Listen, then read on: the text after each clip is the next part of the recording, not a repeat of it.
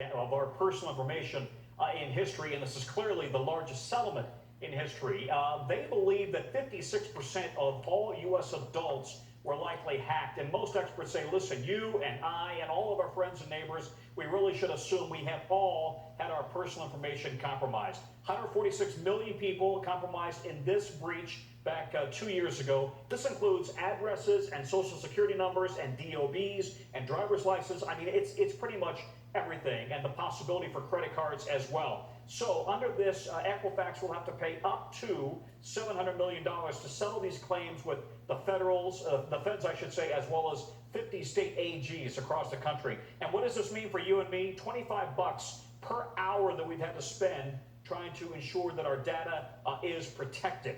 So listen, I've talked to a ton of experts on this topic for the last 2 years as we have reported on this, and every one of them is urging that we all take some real important steps to ensure that our data is safe.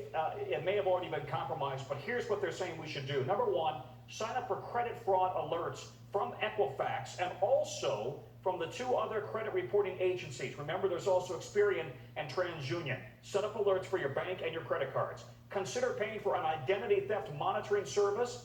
And here is what I think is most important. Freeze your credit. This is with all three credit reporting agencies. That way, the criminals will be locked out if they try to open up an account using your credit. However, just remember, you have to temporarily unfreeze your credit when you need to buy a car, rent a house, open a credit card, whatever. That's pretty easy. I've done it myself several times. And lastly, regularly check your credit reports for suspicious activity, because we're all entitled to one free credit report every single year from each of the three credit bureaus. By the way, to do that, the tips to do all of this on freezing your credit, go to ftc.gov, federaltradecommission.gov. They have tips on how to do it.